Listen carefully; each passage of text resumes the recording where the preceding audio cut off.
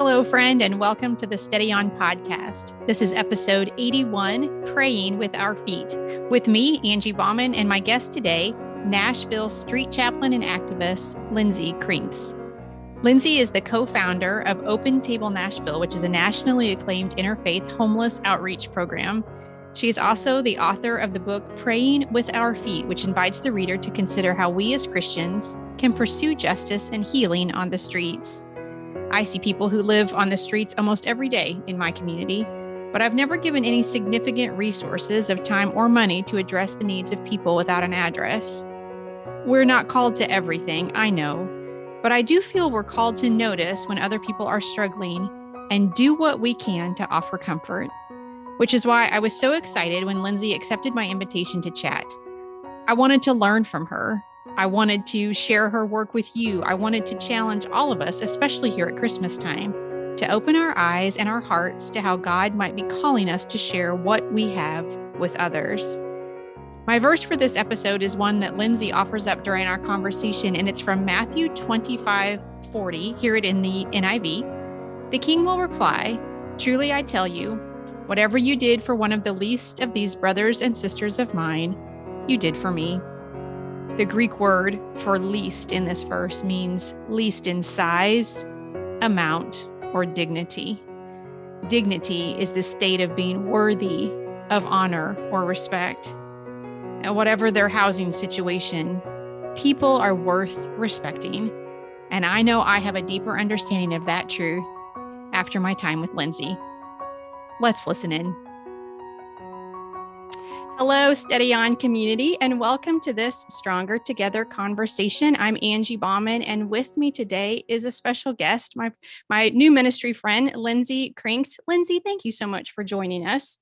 Thanks so much for having me. It's great to be with you. We are going to talk to Lindsey about her work and her book. It's called Praying with Our Feet, Pursuing Justice and Healing on the Streets. And Lindsey is a Vanderbilt Divinity School graduate. She is a street chaplain, a social justice advocate, and co-founder of Open Table Nashville, which serves the marginalized and homeless on the street. Would you just give us the Lindsey version of what Open Table is? Absolutely. We're an interfaith nonprofit, and instead of having people come to our office to seek services, we go out to where people are. So on any given day, our office is the campsites, the alleys, the slums, the hospital waiting rooms, all of those places. And we're there to tend wounds. We're there to tend physical, emotional, spiritual wounds, but also systemic wounds. So we're really trying to not just give folks a sleeping bag or a warm meal, which we do, but also to end the system of mass homelessness in the United States of America. So you are working then like hands-on with people, but then you're also working with systems and you advocate politically. What does that look like? Because I can envision what it looks like to take a blanket to someone. I have a harder time, just me with my own experience. What does it look like to work systemically? It can look like anything from going to an appointment with someone and advocating for fair treatment, because so many folks are dismissed when folks see them because of the stereotypes that exist. It can also look like getting to know our council members and going to city council meetings. Right now, there's a big move in Nashville to displace some of the homeless encampments, even though we don't have enough affordable housing. So we're going to public meetings where those things are being discussed, that displacement and new development is being discussed, and we're advocating with our friends. It can also look like working together and mobilizing on a bigger front to tackle state legislation that's harmful to our folks, and to look nationally as well. We work with a lot of national advocacy groups. So it's basically going upstream, whether that's in a very small way on a one-on-one basis, advocating with someone, or trying to mobilize your network to broader awareness and broader action on some of these bigger issues. And I'm just going to ask, even before I get kind of into the questions I sent you ahead of time, I just know that there are days that the whole thing feels hopeless. That feels enormous to me, just to listen to you talk. And you're in one city, you're in Nashville, right? And just to listen to you talk right now about the kinds of things and the people that you're working with. And I feel a heaviness already. Mhm. And I just wonder, what do you do on days when the problem just seems too big and you wonder what it's all for? I have to imagine you have those moments.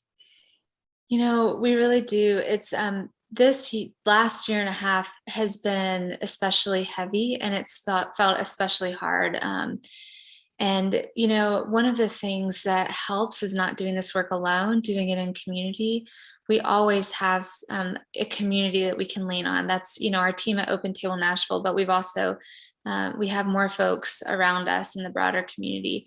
But there are other times that you have to take a longer view and really just kind of quiet yourself and your own anxieties and fears, and kind of overwhelmness, and realize that throughout the darkest nights of history, God and the Spirit of God and people who were carrying the light have always carried these threads of resistance.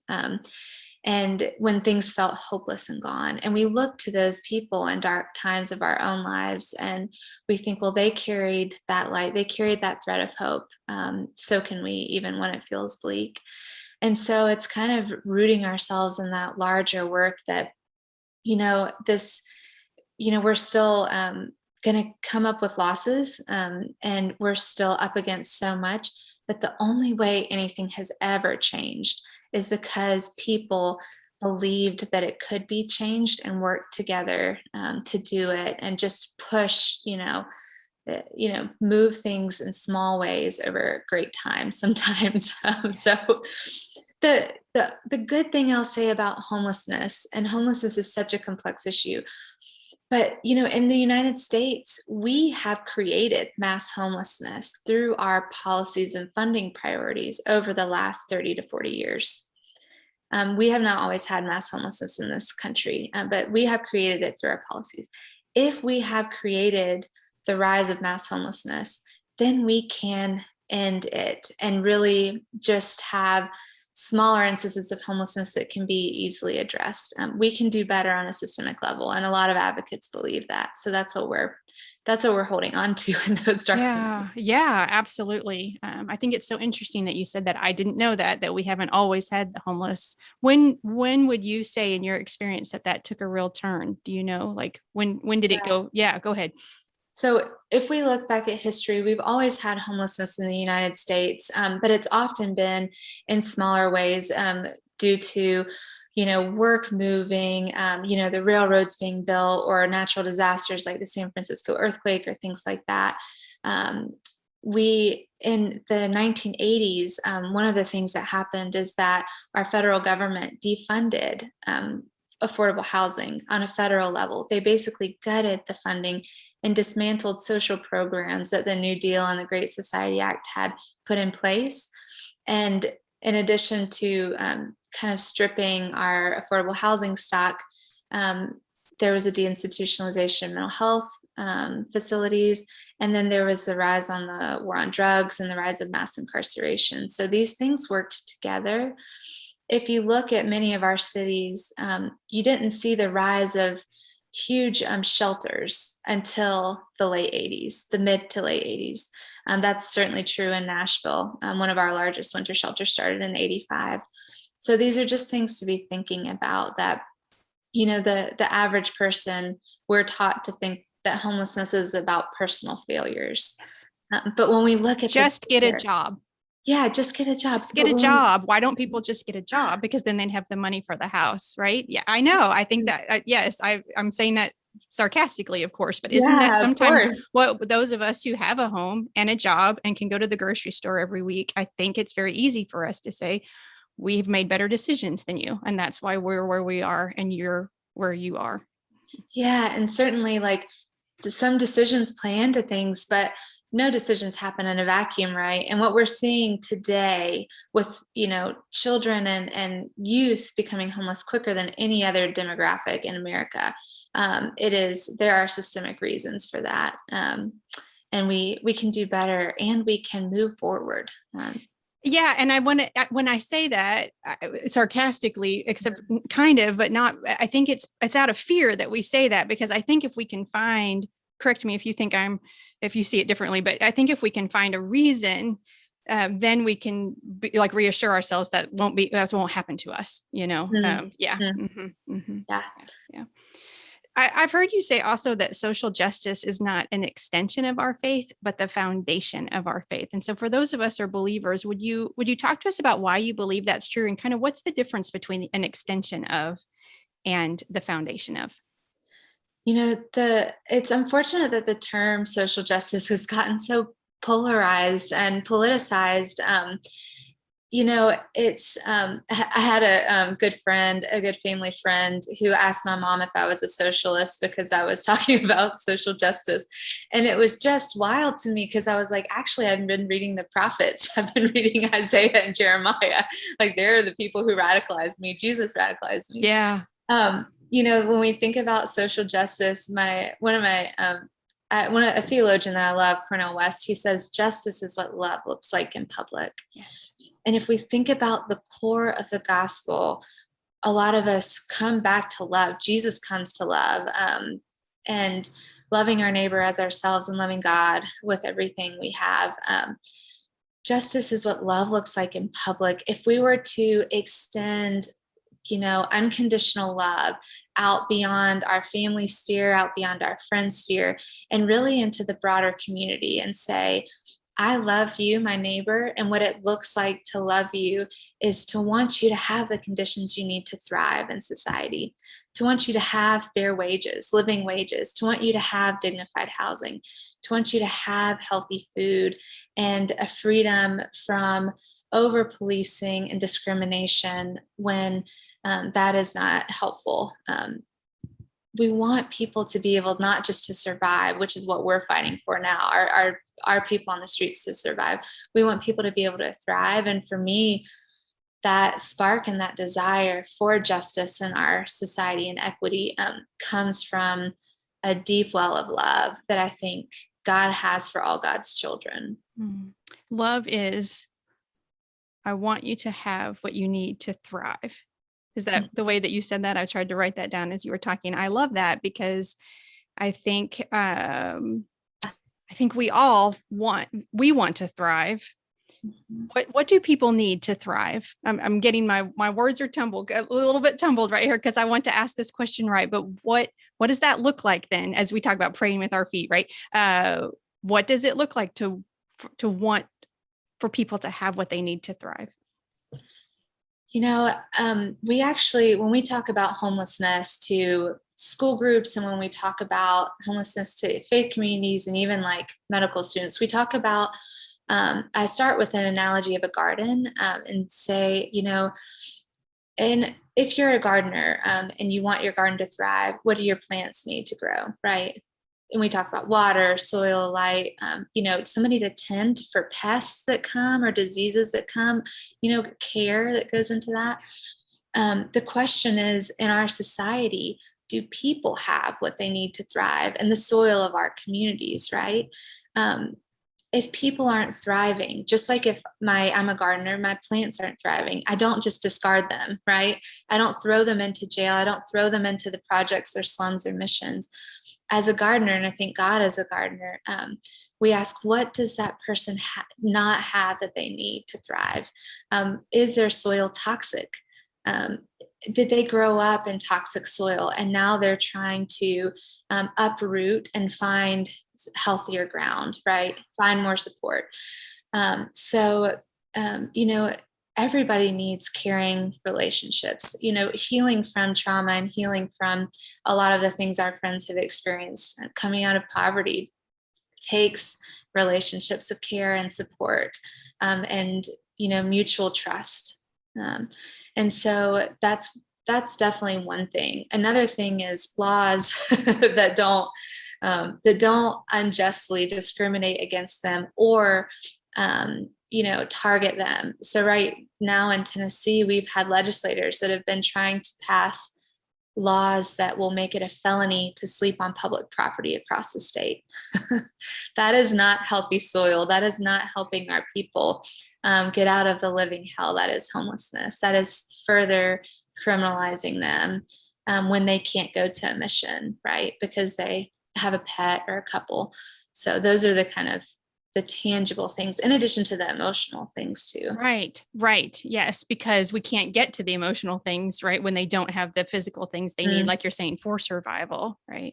And I think a lot of those laws or those rules are, again, they're out of fear, I think, and the desire to make us less uncomfortable with the problem even. And but where do they go? So where are a lot of your people, like just actually practically the people that you're working with, where do they find the bit of shelter that they have? We, as a homeless outreach group, we predominantly work on the streets. So a lot of our folks are staying under state overpasses, right? Because there's some shelter from the weather there. We have, Nashville's been developing very quickly. So there's a lot of displacement that's been happening, but any patch of woods that people can find some coverage in there. We have some large camps in Nashville that are closer to like 80, 100 people, but we have a lot of small camps spread out. We also have a lot of people doubling up, right? And we meet families staying in cars, families staying in storage units with no running water, just, basic electricity, not a lot of protection from the heat in the summer. People are staying anywhere they can. And we're seeing across the nation encampments growing, and we're seeing homelessness on the rise. So this is something that's impacting rural communities as much as it is urban communities. So it's just more hidden sometimes, right? Yeah. You talk about how homelessness affects us all, and it's all of our problem. Will you talk to us a little bit about that? Because I think there's a disconnect when we're driving our car and we see a sleeping bag or something under an overpass, right? And it's obvious someone is taking shelter there. How does that affect me?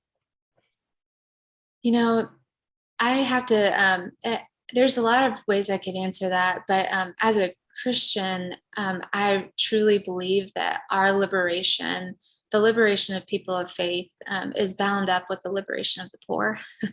I go to Matthew 25 for that. I go to so many places in the gospel and in the prophets, but Martin Luther King is one of the people who said, if my brother isn't well, then I'm not either. Like, if our people aren't well, we can't fully have like a thriving life. And I think we forget how disconnected we are from the lives of folks in poverty. There's a book that I read several years back called Rich Christians in the Age of Hunger. If we are insulating ourselves from the suffering of our neighbor and our siblings, then I think we're forgetting that God often comes to us in the guise of the poor and the stranger, even though that's complex and can be messy, right? So to answer it in another way, that's kind of a more spiritual way that I feel very much, because I have relationships with people. But we also forget that there's going to be a time in our lives where we're going to be at our bottom. Last year, my husband and I, we were 5 months pregnant, and a tornado destroyed our home and our cars. And wow. It wasn't, we're doing everything right that we could, but we were at such a low, and it was our friends on the streets and some of my friends from campsites that called first and showed up first to help us salvage things, because they knew what it's like to hit that bottom and to not have a home. But we're all going to need some kind of support. None of us want to be judged on our worst day. What we're seeing is often that person's worst day or that worst phase of their lives. So to have that extra compassion not only is dignifying to the person, but it also affirms our own dignity and is a reminder that, it doesn't take much. I'm here to tell you, and we've preached this for years until it became our story too. It really doesn't take much. It's one disaster. We're all one disaster away. So having that community of support and being able to be curious and compassionate instead of judgmental is truly a spiritual discipline, I think. And I think it would serve us all well. I think about your catastrophe with your home, and some years ago, and I share this pieces of this story with this community all the time, but my family was in a head-on car crash, and I was in 9 months of therapy. We had 8 surgeries. Like, it was this massive thing, right? Like you lost your home and your cars. But the difference, I think, and my husband and I talked about this so often, like, I got good care. I got good therapy that helped. I mean, one of the reasons that I'm as well as I am these years later is because of that early intervention care. And what did that boil down to? Really good insurance, right? Like right away, it was good. Like, we had this insurance policy that like came to the rescue, if you will.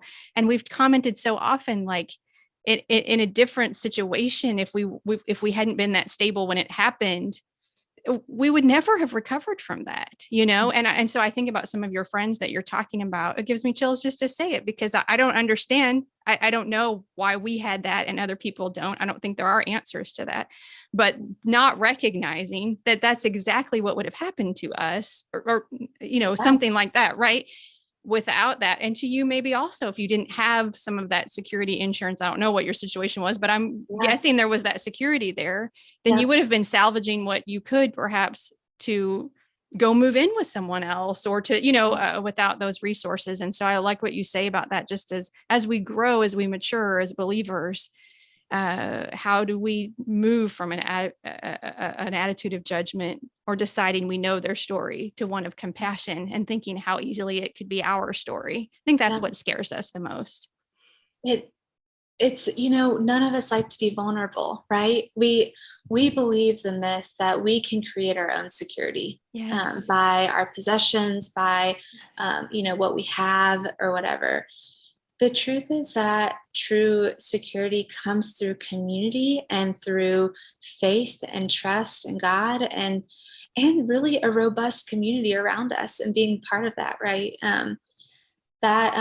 A lot of people don't have those safety nets, right? That you mentioned, that you had, that I had. And part of then creating a just society is trying to extend those safety nets and make sure those safety nets are there for other folks as well. Not just folks because we didn't deserve it, right? Right. And we didn't deserve it more than other people, you know. And that's one of the things the Lord just really showed. It was so obvious in that season how different our story could have been.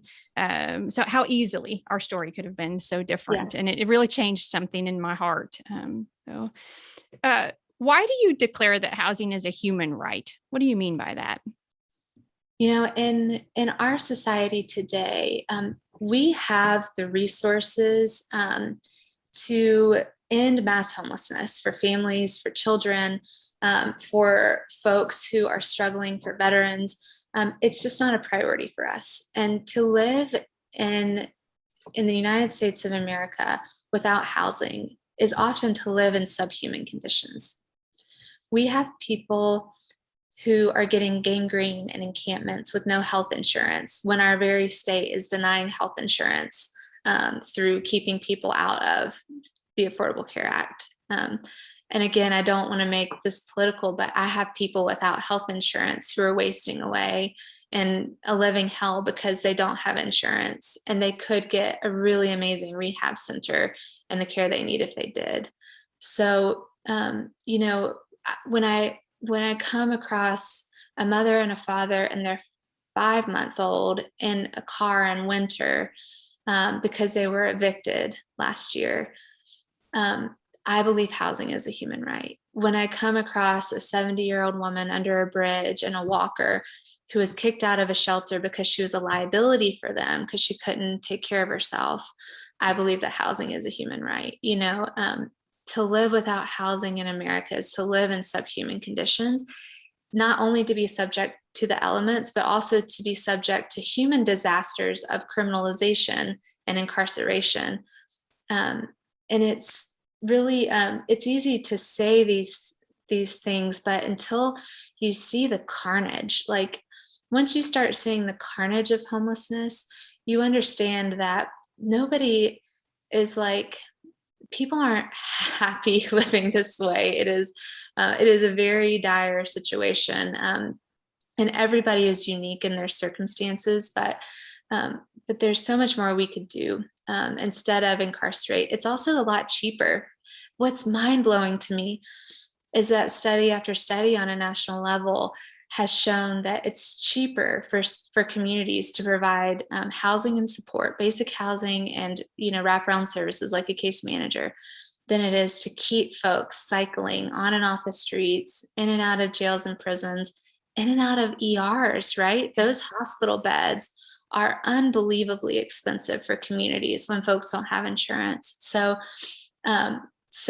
again, I've lost, as a street chaplain, the service I do the most is actually memorials. We lost 2 people this past week. No, 3, one from COVID. And so, I do services a lot. So I see the carnage up close, and I carry their memories with us as we fight for more housing, more affordable housing in our communities. I listen to you talk, and it's almost like the message that we send is it doesn't matter if you live or die. Right. Do you feel like some of the people that you work with would feel that way? I mean, I know you don't know how other people feel necessarily, but like, is that the message that you think a lot of maybe some of the people that you work with receive from us as a society? Your life doesn't really have value? No question. I mean, people have told me that up front every day. Let's take one of my friends that stands on a median, for instance. It's really easy.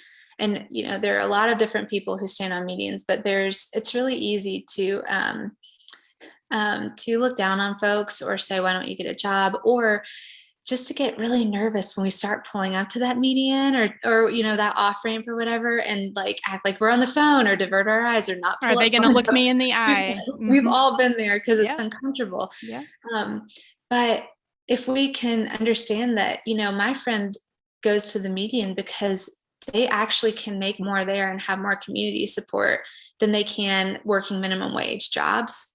That's important to realize. It's also important to realize that we don't understand how being invisible can affect folks emotionally and psychologically, right? And being spat on. I've had people that have had coffee poured out of them, cigarette butts thrown at them when they're on the median. If we could just kind of channel the Good Samaritan and prepare ourselves to see folks, and maybe carry some socks or water or, a gift card for that area, or a couple extra bucks, that's not going to make or break somebody, but just showing someone kindness and a smile when we drive by. Even if we don't feel like it's safe to roll out the window, we have to kind of go with our gut. Just showing kindness can change someone's body chemistry for that day. Wow. And it can reinforce their healing resources for themselves. So just connecting and smiling and waving, saying, I don't have anything today, or all I have is this pair of socks. Are you interested? I see you.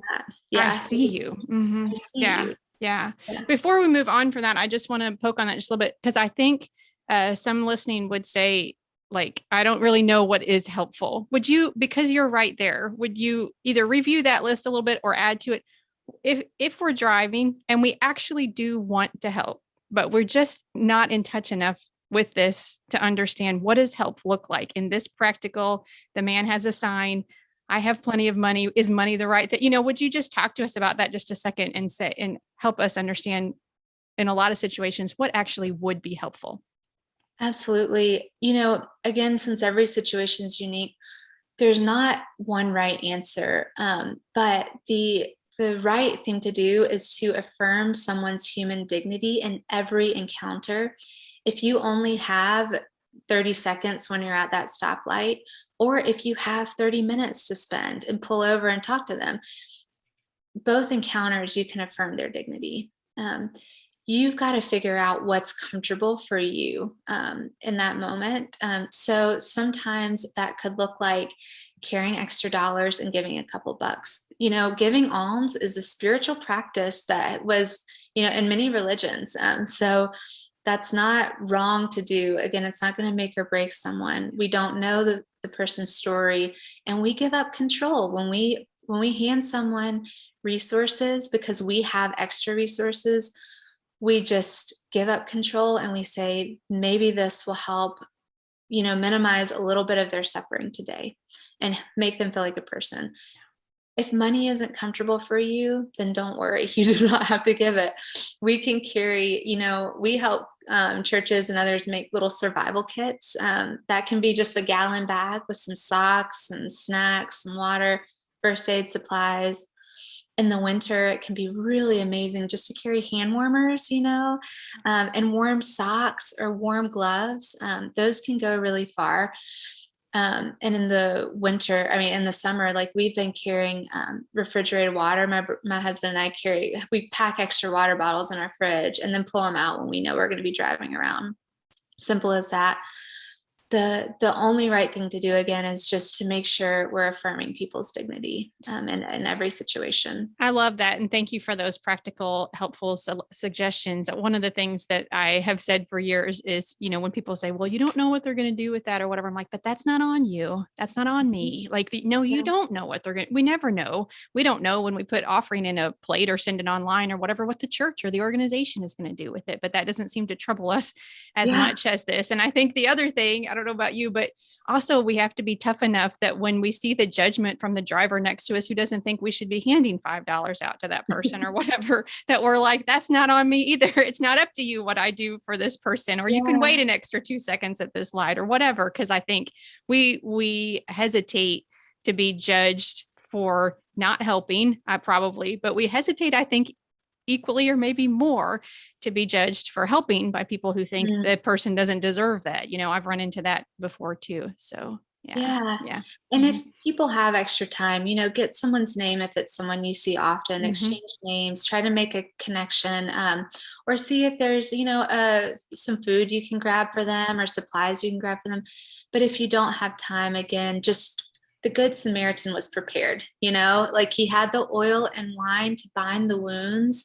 He had that extra, stash for the innkeeper. So how can we practice that preparedness to affirm people's dignity? Yeah, I love that. So before I let you go, this has been so fantastic. Before I let you go, I always end on this question because I love to share resources. And so would you just give us a little glimpse into Lindseys' spiritual practices and tell us, is there anything at all right now that you're reading, watching, listening to, anything goes, doing that's bringing you joy, hope, peace, keeping you connected to God? What's on your nightstand or in your earbuds?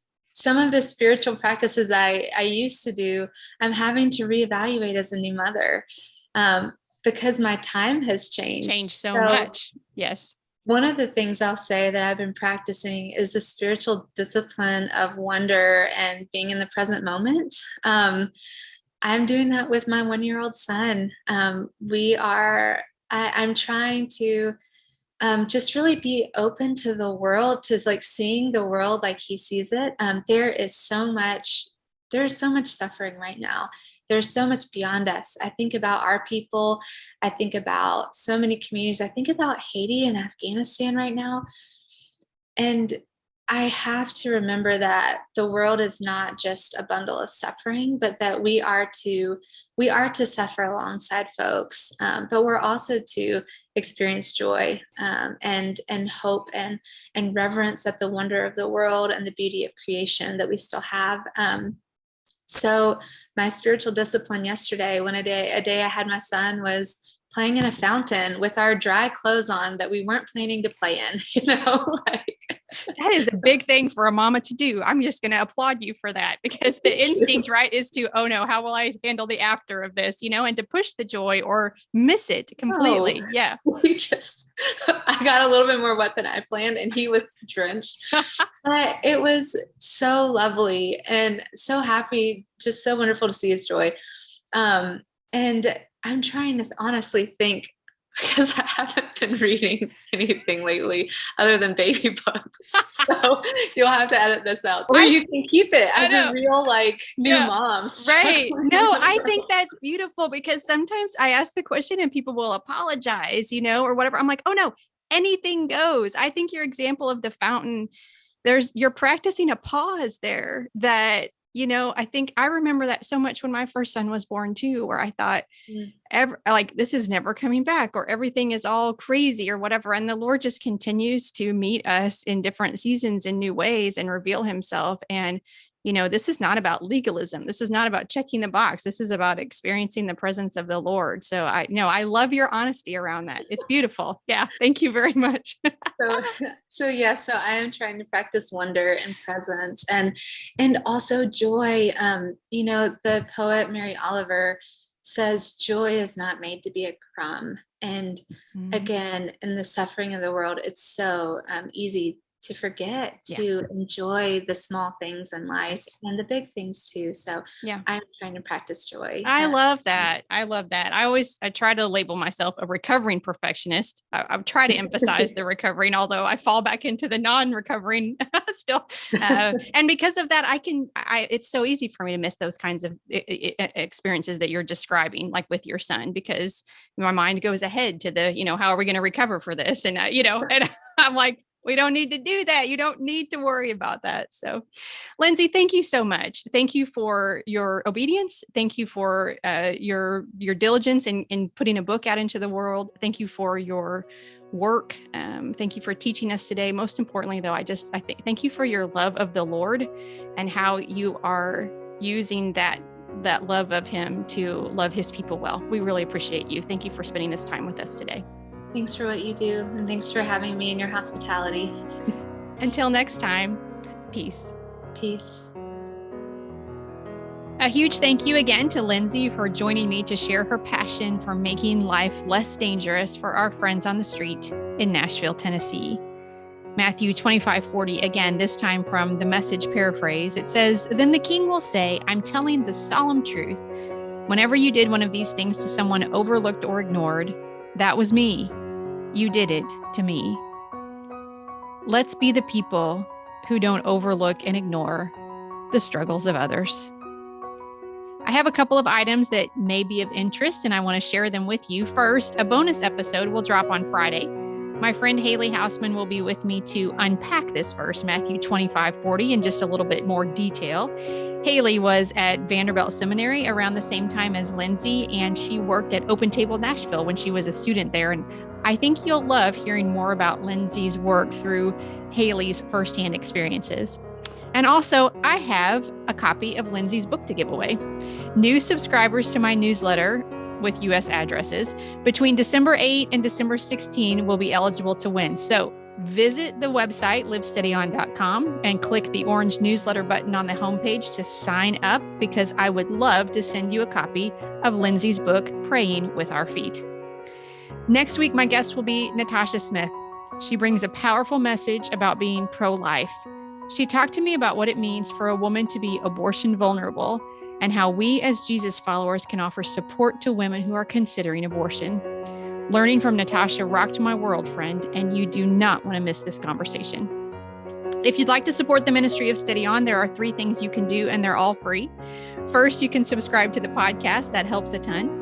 Second, you can rate and review this podcast because that helps other people find us. And third, as I mentioned just a moment ago, you can subscribe to my weekly newsletter by visiting the website livesteadyon.com and clicking that orange newsletter button at the top. The link for that is in today's show notes. And this time you might just win something by subscribing. I always welcome comments and feedback, so please feel free to reach out anytime by emailing steadyonpodcast@gmail.com. Thank you so much for listening. I pray wherever your day takes you, you are walking in the confident knowledge that you are a beloved, cherished child of God. Peace.